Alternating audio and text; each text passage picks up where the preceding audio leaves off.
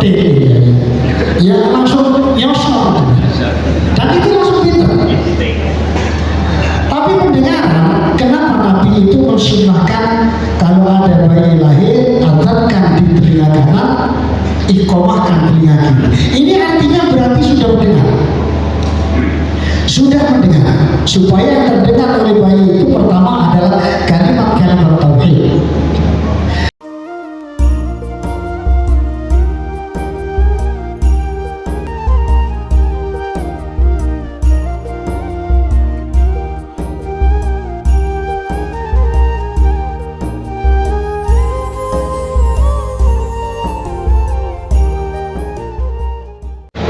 Assalamualaikum warahmatullahi wabarakatuh.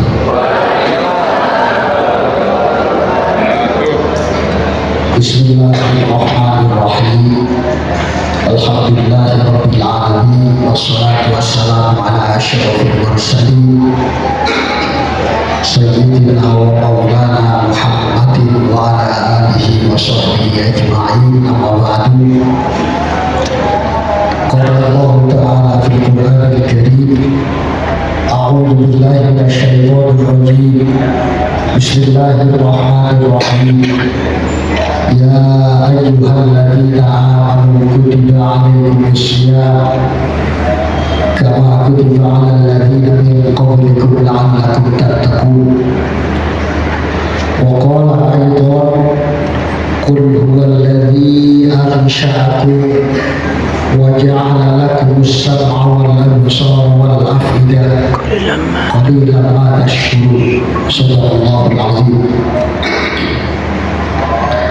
Bapak Kepala Dinas Pendidikan Provinsi Jawa Timur beserta seluruh jajarannya yang kami hormati, Bapak Ibu semua yang hadir yang dirahmati Allah. Pertama, mari kita bersyukur kepada Allah Subhanahu wa Ta'ala karena tidak semua orang mendapatkan rahmat dan nikmat seperti kita saat ini. Di bulan Ramadan kita bisa melaksanakan ibadah, bisa melaksanakan kegiatan-kegiatan pendidikan. Mudah-mudahan rasa syukur kita menjadikan Allah menambah rahmat dan nikmatnya kepada kita semua. Amin amin ya rabbal alamin. Salawat dan salam mudah-mudahan dilimpahkan kepada baginda Rasul Muhammad sallallahu alaihi wasallam. Mudah-mudahan kita semua mendapatkan syafaatnya. Amin ya rabbal alamin. Bapak-bapak, ibu-ibu, hadirin hadirat rahimakumullah. Saya merasa bersyukur Jawa Timur menduduki peringkat yang istimewa dalam dunia pendidikan. Jadi kalau tadi disampaikan dari Bapak Kepala Dinas Pendidikan Provinsi Jawa Timur sudah 5 kali berturut-turut mencapai prestasi ini, beliau ya bersyukur, tapi sekaligus di situ ada tantangan-tantangan yang harus diselesaikan. Tapi saya yakin dunia pendidikan itu dunia yang penuh berkah. Beda dengan yang lain. Kalau saya orang pesantren, kiai saya dulu selalu mengajarkan begini. Lek iso mulang, ngajar. Artinya ngurus pendidikan. Kalau nggak bisa ngajar, luangkan waktu untuk membantu ngurus pendidikan. Jadi apapun ada sebagian energi yang disalurkan melalui dunia pendidikan. Kenapa Kiai? Dunia pendidikan itu dunia yang penuh berkah. Karena apa? Tadi dikatakan jadi pewarisan generasi nilai-nilai budaya bangsa sampai saat ini yang paling efektif adalah dunia pendidikan. Bapak-bapak, ibu-ibu, itu awalan yang saya sampaikan. Saya mencermati topik pada hari ini Ramadan produktif dan juga mengamati apa yang disampaikan oleh Bapak Kepala Dinas. Saya akhirnya membaca ayat Al-Quran yang setelah ayat Ramadan saya kira penting, yaitu firman Allah di dalam surat Al-Mulk ayat 23. A'udzu billahi minasyaitonir rajim. Bismillahirrahmanirrahim. Qul huwallazi ansha'akum wa ja'ala lakum as-sam'a wal absara wal af'idah qalilan ma tashkurun. Katakan Muhammad, dialah Allah yang menjadikan kalian dan melengkapi kalian dengan as-sam'a pendengaran, wal absara penglihatan, wal af'idah dan hati. Qalilan ma tashkurun, tapi sedikit sekali kalian bersyukur. Baik, kalau saya membaca salah satu buku berjudul Muqaddimah yang ditulis oleh sosiolog Muslim Ibnu Khaldun. Ibnu Khaldun itu orang Tunis. Panjenengan kebetulan saya pernah mendapatkan tugas ke Tunis. Bayangan saya yang namanya orang Afrika itu semuanya hitam-hitam. Ternyata beda. Tunis itu Afrika Utara, jadi kebanyakan penduduknya percampuran perkawinan Arab dan Prancis. Ada Arab dan Italia. Jadi kaget sampai sana, cantik-cantik, yang laki ganteng-ganteng dan sebagainya. Kemudian saya sempat mengunjungi salah satu patung Ibnu Khaldun karena dia dijadikan sebagai bapak bangsa. Beliau mengartikan ayat ini. Beliau mengatakan 3 potensi yang diberikan oleh Allah kepada manusia. Dan tadi katakan Muhammad, dialah Allah yang menciptakan kalian, wa ja'ala lakumus sam'a. Dia membekali potensi pertama as-sam'a. As-sam'a itu artinya pendengaran, tapi diartikan oleh Ibnu Khaldun ini potensi fisik. Yang kedua absar, potensi akal, dan yang ketiga afidah, potensi hati. 3 bagian besar. Kemudian saya mencari jawaban kenapa Ibnu Khaldun mengartikan asam atau fisik. Ternyata karena pendengaran itu memiliki salah satu anggota tubuh manusia yang memiliki fungsi paling awal dan fungsi paling akhir. Ibu-ibu pada saat melahirkan bayi, mata bayi itu kan terbuka. Apakah langsung fungsi? Mata di depan mata bayi digini-gini kan belum fungsi. Bahkan karena cepat dengan bibir kadang-kadang. Jadi mata belum bisa melihat meskipun terbuka, tapi yang namanya bibir dikasih apa ya? Cara bahasa Jawanya pedek ya langsung nyosor. Dan itu langsung pintar. Tapi pendengaran, kenapa Nabi itu mensunnahkan kalau ada bayi lahir, adhankan di telinga kanan, iqomahkan telinga kiri. Ini artinya berarti sudah mendengar. Sudah mendengar. Supaya yang terdengar oleh bayi itu pertama adalah kalimat-kalimat tauhid. Bahkan penelitian orang-orang Eropa mengatakan kalau pengen janin di dalam kandungan itu memiliki kecerdasan lebih, mereka punya tradisi diperdengarkan dengan musik religi Eropa, musik religi kuno.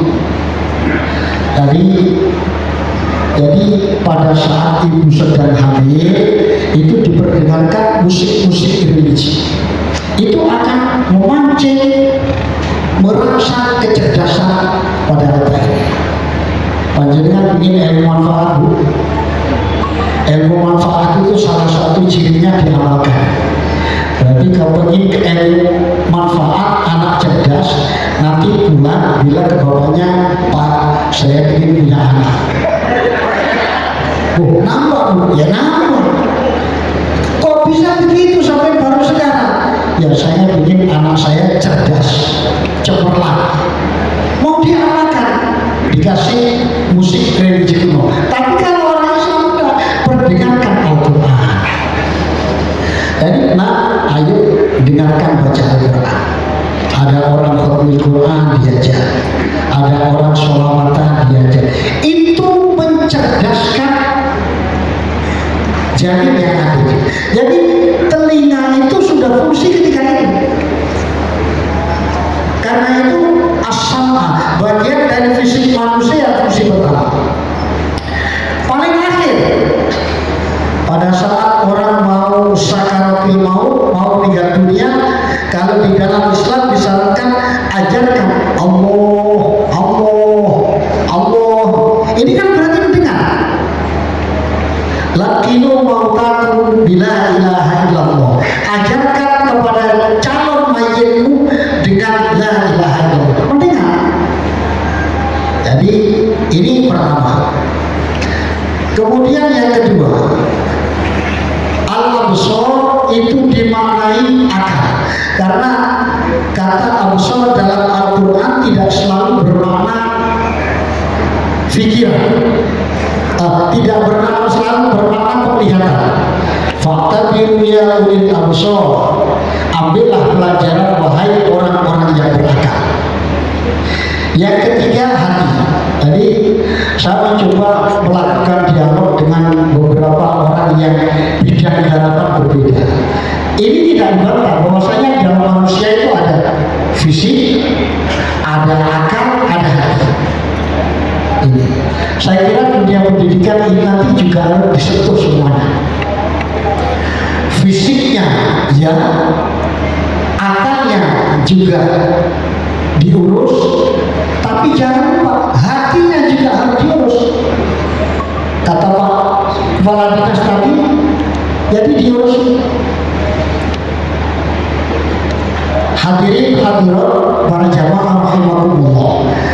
Pertanyaan saya kemudian, kenapa Allah mengakhiri ayat ini dengan qalilan ma tashkurun? Sedikit sekali kalian bersyukur. Ibu-ibu bersyukur itu apa?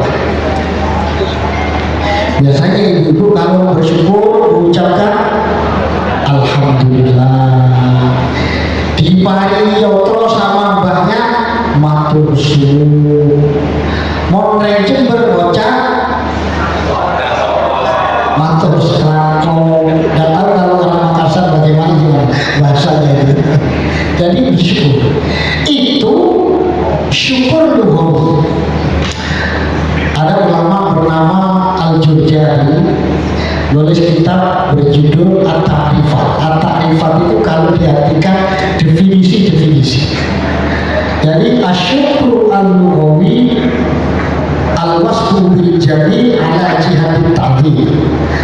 Jadi ungkapan-ungkapan yang indah tapi dalam rangka memuliakan dan mengagungkan. Jadi meskipun ungkapan indah kalau disertai dengan sikap gak bagus itu bukan bersyukur. Anak biasanya 1 bulan sekolah SMK dikasih uang jajan misalnya 100.000. Kemudian karena kondisi orang tua sedang tidak baik-baik saja, orang tuanya hanya ngasih 50.000. Mau ditolak nggak bisa. Akhirnya tetap diterima. Matur suwun. Nah, tapi beda kata-katanya sama, matur suwun. Tapi ini sudah bersyukur lagi. Kemudian kalau menurut syarat asyukru sorful abdi jami'a ma an'amallahu bi ilaihi ila ma khuliqa bi ajli. Ini nanti kita akan masuk ke dunia pendidikan. Secara sederhana, jadi syukur itu menggunakan nikmat Allah yang diberikan kepada kita sesuai dengan tujuan nikmat itu diberikan. Jadi menggunakan nikmat yang diberikan kepada kita sesuai dengan tujuan nikmat itu diberikan. Kalau kita gunakan untuk ketiga potensi ini, pertama fisik. Saya tanya panjenengan, untuk apa Allah memberikan fisik kepada kita? Kira-kira untuk apa tujuannya? Ya supaya misalnya bisa bekerja dengan maksimal, supaya dijaga kesehatannya sehingga bisa ibadah dengan maksimal. Jadi kalau saya kembalikan, tidak ada fisik, ada akal, ada hati. Yang namanya bersyukur itu memanfaatkan atau menggunakan nikmat yang diberikan Allah kepada kita sesuai peruntukannya. Diaji kalau contoh panjenengan awalnya sehat, terus pijet luluran, ini termasuk bersyukur. Karena apa? Supaya fisik saya sehat, bisa digunakan ngajar, bisa memimpin organisasi, bisa menjadi kepala sekolah cekatan, lega sehat bisa. Jadi ini bersyukur, mensyukuri fisik, mensyukuri fisik. Jadi ketika panjenengan ikut senam aerobik misalnya, ikut pokoknya jogging, olahraga, kalau itu diniati untuk mensyukuri fisik, maka itu bagian dari bersyukur. Jadi mohon maaf kalau bapak-bapak dan biasanya, pokoknya segala sesuatu yang menjadikan fisik ini optimal berarti syukur. Ibu-ibu kan pipinya dikasih bedak, bibirnya dicek, bapak-bapak tidak ada saya lihat. Selama yang digunakan itu bahan-bahan yang merawat fisik dengan baik, itu bersyukur. Tapi kalau yang digunakan itu justru membahayakan fisik, maka tidak bersyukur. Contoh sekarang banyak ada orang hidungnya kurang mancung, disuntik silikon. Wonten ada itu. Nah, sekarang bahan yang disuntikkan ini kira-kira membuat fisik ini sehat atau malah berbahaya? Berbahaya, maka kufur. Kalau yang digunakan itu tidak berbahaya, tapi tambah gagal, tambah pede, itu musik fisik. Apa saja yang untuk fisik? Banyak sekali. Bokong kurang semok, suntik silikon. Jadi bojone, jadi wong lanang sing lanang jenenge kalau tak suntik silikon. Aku iso niki. Jadi apa saja itu mensyukuri fisik. Kenapa? Jadi menggunakan nikmat yang diberikan oleh Allah sesuai dengan tujuan nikmat itu diberikan, digunakan secara optimal maksimal, itu syukur fisik. Sudah jelas kolesterol tinggi, tiga itu nyapa tidak bersyukur itu.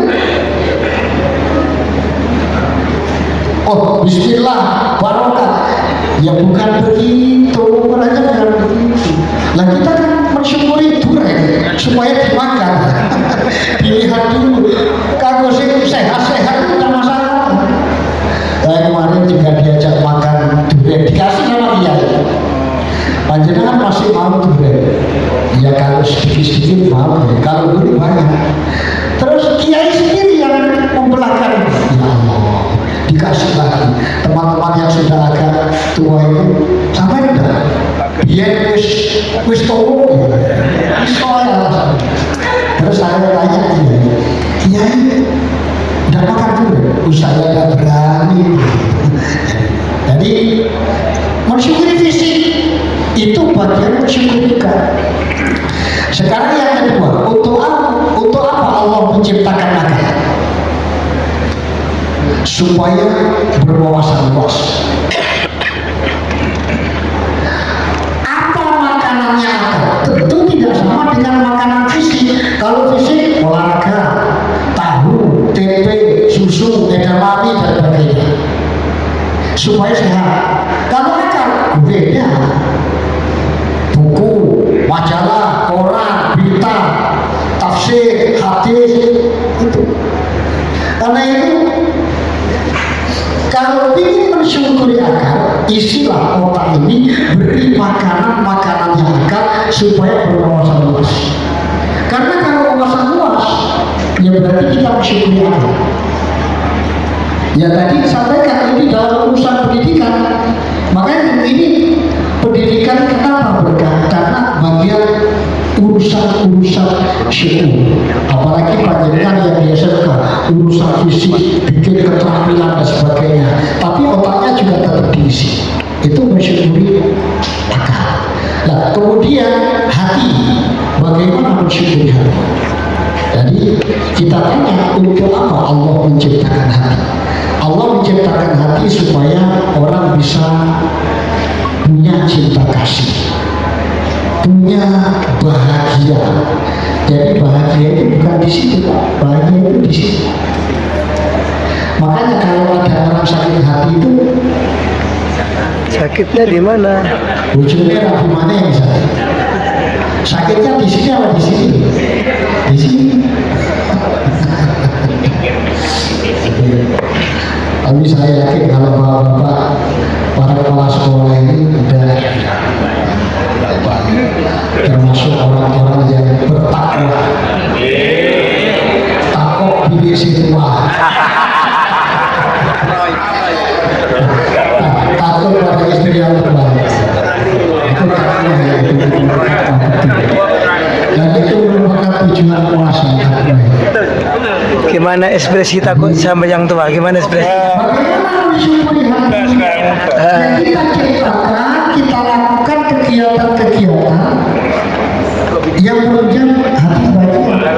Ya seperti sekarang ada safari Ramadan, ada baca Quran, tadarus, sholawat, zikir, istighfar. Jadi kaplen makanannya berbeda. Dan itu semua masuk kategori bersyukur. Jadi inti bersyukur itu optimalisasi.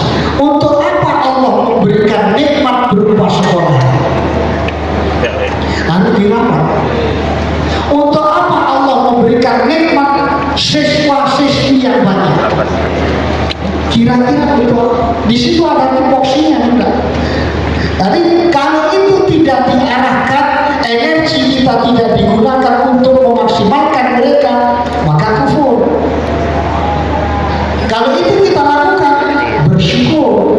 Kalau sudah bersyukur, la in syakartum la azidannakum wa la in kafartum inna adzabi lasyadid.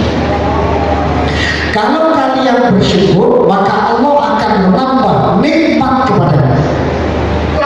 Jadi prestasi pendidikannya akan meningkat, prestasi lulusannya pengen kuliah ke perguruan tinggi negeri favorit, ke luar negeri dan sebagainya. Saya kebetulan punya kenalan dan guru yang sangat berbahagia. Ini beberapa orang tahu, Profesor Dr. Kiai Haji Asef Saifuddin Halim yang mendirikan pondok di tengah hutan. Dulu dikritik banyak orang, mana mungkin apa ketek-ketek ini yang mau jadi santrinya. Tapi mereka berpegang, pokoknya apa yang diberikan oleh Allah kita syukur, kita maksimalkan. Sekarang jadi seperti itu. Saya sering dipameri tahun ini usaha anak-anak kami di Jerman sekian orang, di Amerika sekian orang. Nah, Jadi intinya bersyukur itu optimalisasi nikmat yang diberikan Allah kepada kita. Sama dengan yang disampaikan Bapak Kepala Dinas Pendidikan. Kita punya anak. Untuk apa Allah menciptakan anak kita? Harus potensinya kita siapkan, kita maksimalkan supaya siap menjadi pemimpin masa depan. Syubhanul yaum rijalul qawm. Pemuda hari ini adalah pemimpin pada masa-masa yang akan datang. Kalau kita tidak menyiapkan, maka kufur. Tapi kalau itu kita lakukan, itulah bersyukur. Tapi saya pernah tanya juga kepada saya dosen, ada teman saya itu yang rumahnya di Kediri. Jadi beliau seminggu di sini, paling Sabtu Minggu S3 setiap Sabtu sekolah. Terus saya gini kan, saya ajak ngomong berdialog masalah ayat ini. Sampai itu menjadi orang yang bersyukur, kurang bersyukur. Lu kok begitu? Sampai kan dikasih istri. Untuk apa Allah menciptakan istri untuk sampai? Oh yang macam-macam. Kenapa sampai menurut saya tidak bersyukur? Kalau saya istri itu tujuannya diantara ya diajak berbagi. Tapi yang tidak boleh lupa dikelola. Wah, itu. Bojone sampean kalau dikelola ditinggali dong. Sampean nggak bersyukur. Itu salah satu tujuan Allah menciptakan istri. Kebetulan istrinya itu teman satu kelas dengan saya. Jadi saya enak aja. Tapi yang namanya dosen bisa saja mungkin saya tidak menggunakan pendekatan kuantitatif. Tapi saya menggunakan pendekatan kualitatif.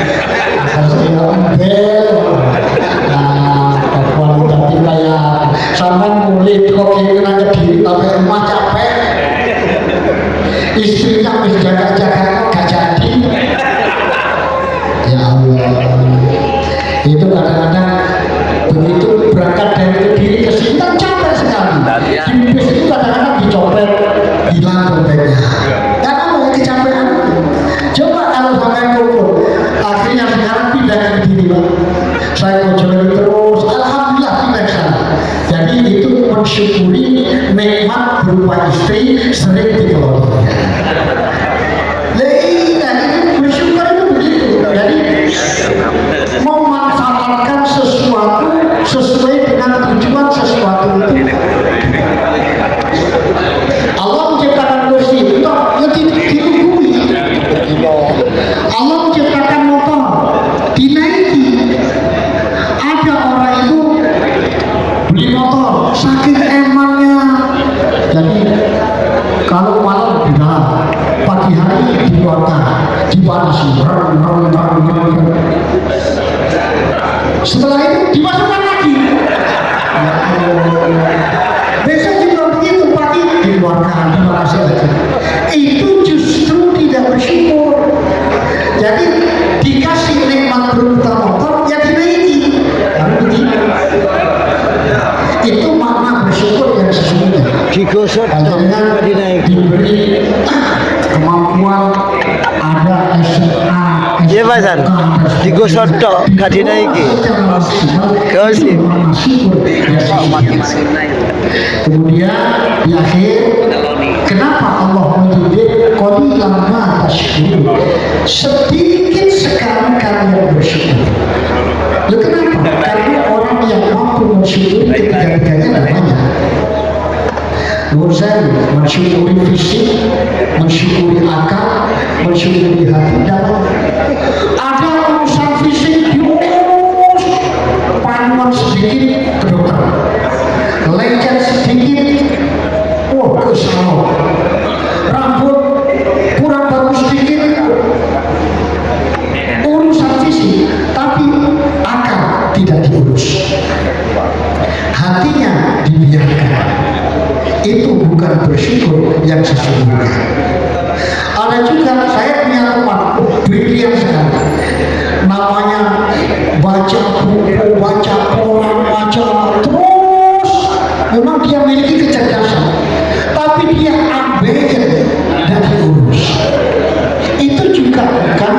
bersyukur yang sesungguhnya. Orang kiai juga begitu. Allah, subhanallah, wiridan terus, zikir terus, maca Quran terus, akalnya tidak diisi. Dia itu sampai kurang sehat fisiknya gara-gara baca Quran terus, nggak diurus. Itu juga bukan manusia bersyukur dalam artian ayat ini. Manusia bersyukur yang sesungguhnya yang sedikit itu fisiknya ya diurus, akalnya diurus, hatinya diurus. Jadi kalau saya menyampaikan pada orang itu gini, kalau dulu kan ada motor 2 tak, sekarang nggak ada. Jadi nggak bisa kita itu hanya ngurus bagian. Di situ kan ada oli samping, ada bensin. Wah, nggak bisa lah. Wah, motor itu yang penting bensinnya penuh terus ya. Coba bensin diisi terus, oli nggak diisi, nggak pernah kita merotol. Ya enggak, yang penting tetap oli rutin, pasti top check. Ya weh, tetap oli rutin, bensin nggak usah diisi, jangan nggak jangan. Nah, inilah manusia kalau ingin ideal, normal, ketiga-tiganya fisik diurus, akal juga diurus, hati diurus. Itu yang dibutuhkan untuk anak-anak kita. Produktif dalam 3 hal itu akan menjadi promotor produktif. Jadi insya Allah ini, jadi mudah-mudahan motivasi dari Bapak Kepala Dinas tadi betul-betul masuk, diurus anak-anak kita. Kita bangga dengan Jawa Timur, harus bangga dengan Jawa Timur, tapi dengan cara terus mengurus berbagai macam bidang garapan yang menjadi kewajiban kita. Saya kira ini Bapak, Ibu yang kami hormati, terima kasih atas segala perhatian. Kurang lebihnya mohon maaf. Assalamualaikum warahmatullahi wabarakatuh.